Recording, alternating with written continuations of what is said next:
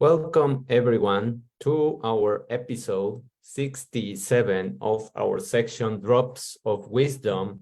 In today's episode, we are going to review the book The Long View by Brian Featherstone, and we are going to talk about how to successfully and be financially free before your 50s. So many people married to the idea that we have to work until we have 65, 70 years old and expect that pension or that allowance from the government and just rely on the money that we are just saving.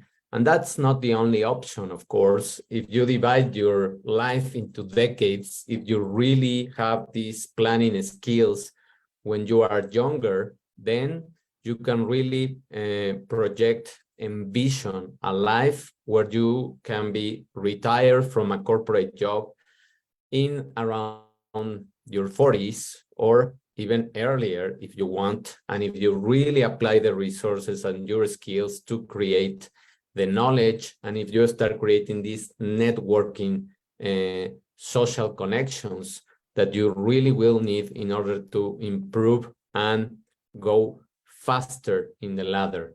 So until we take seriously the role of being the creator of our own lives, we will start enjoying the fruits of developing new skills, generating wealth of knowledge, and learning to work in different fields without the limitations of the traditional titles, roles, and restrictions of being only dedicated to a corporate job. Use your time wisely, and you will really create this reward before. So let's start with what is first: rethinking your career goals.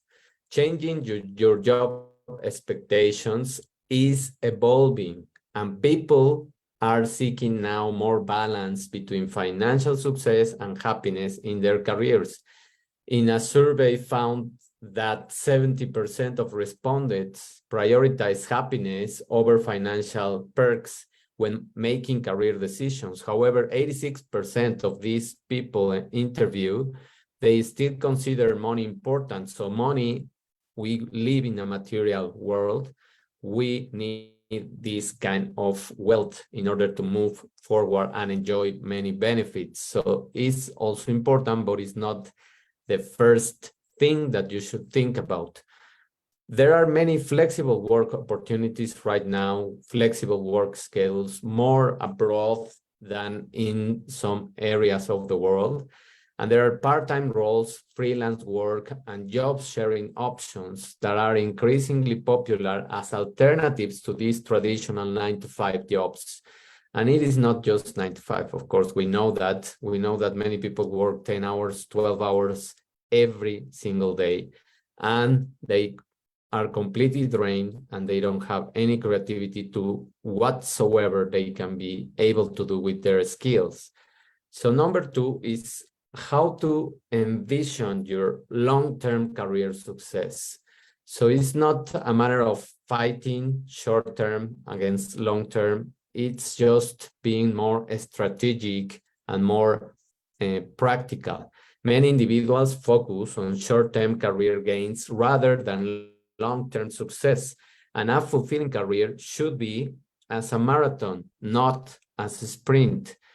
Planning for the long term, considering that the average retirement age is more or less 65, it's essential to plan for the long term. So you have plenty of time if you are in your 20s and you are now able to plan your future.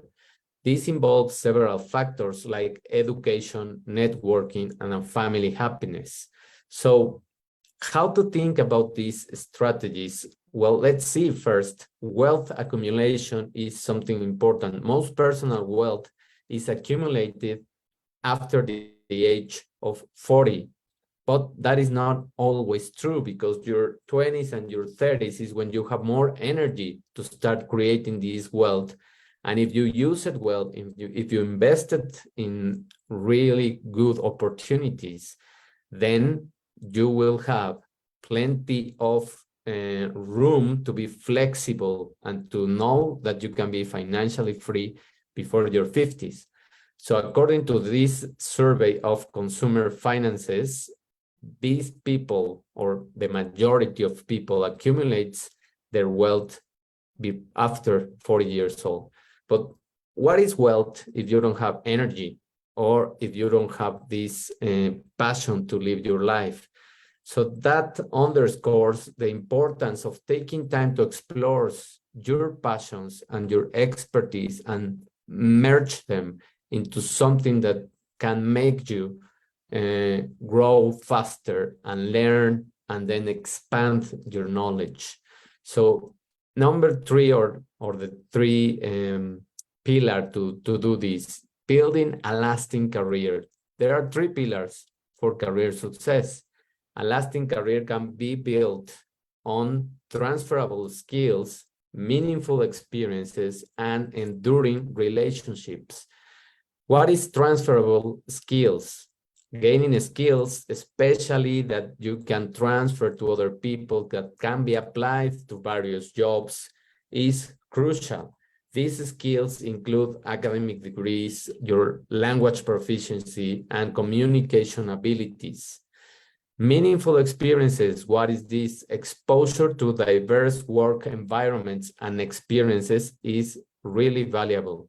It enhances decision-making skills and makes individuals more attractive to potential employers.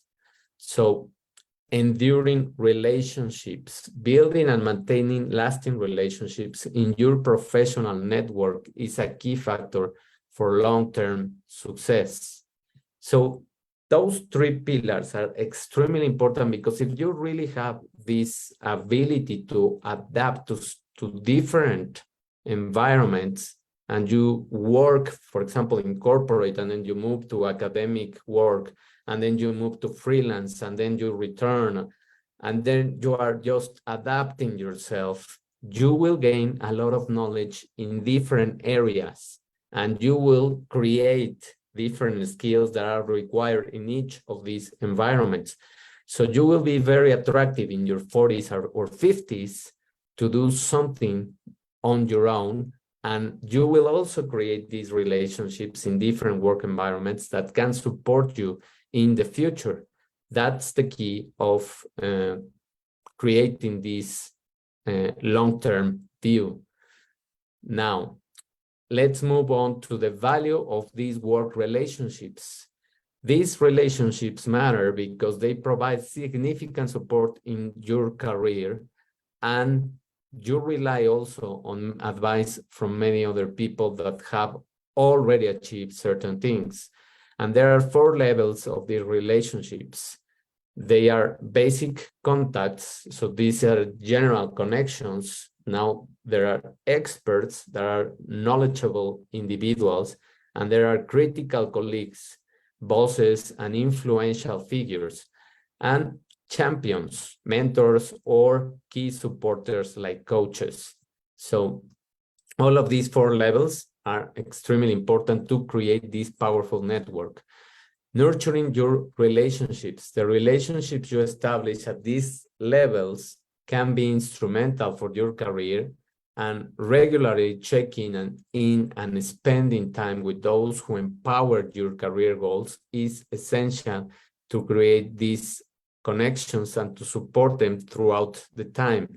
You never know when you are going to need some of these people, and how to support also them into what they are doing. Now, what is the stages of your career? We can divide your career into 3 main stages. The first one is more or less, each of these stages will last around 10 to 15 years. So the first is getting started and involves creating a job search plan. So if you are in your 20s or even in your 30s or in your 40s and you plan to change completely from career, is this job search plan, building connections and discovering your strengths and weaknesses. The more you know yourself in terms of these strengths and weaknesses, the easier it will be to apply your skills. Building a foundation. It is crucial to build a strong foundation during this stage by accumulating knowledge, understanding your strengths, and addressing your weaknesses. Networking and connections within companies provide a significant advantage, and it will be extremely important when connecting to this kind of important roles that will support you. The second stage of your career is becoming an expert. Now you are going to specialize yourself into a field or two fields, maximum. Try to laser focus your attention on these two levels of fields and leveraging your core strengths and setting yourself apart. Distinguish yourself from the herd. Finding your sweet spot, identifying that sweet spot is essential for you, and it is the intersection of what you are good at and what you love, and the service you can provide to the world. Building a complementary team, recognizing your weaknesses and strengths. You should build a team or a social network of people with complementary skills that support you in addressing the areas where you might not excel, but that can be key to support your new business or your new endeavor in your career. The third stage of your career is planning for succession, and that involves, if you are in a corporate job, preparing to pass your knowledge and expertise to the next generation, as careers can now last longer than ever. If you are not in a corporate job and you are someone that have acquired this kind of talent, just plan on successing all of these skills towards the niche of people that you want to create an influence on. And this succession implies a key method to ensure a smooth transition in leadership.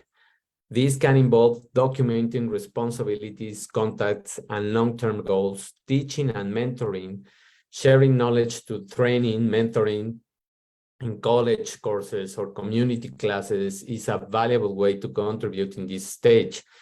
Creating your own business where you can teach whatever it is that you acquired when you were younger or in your middle age, and lifelong learning.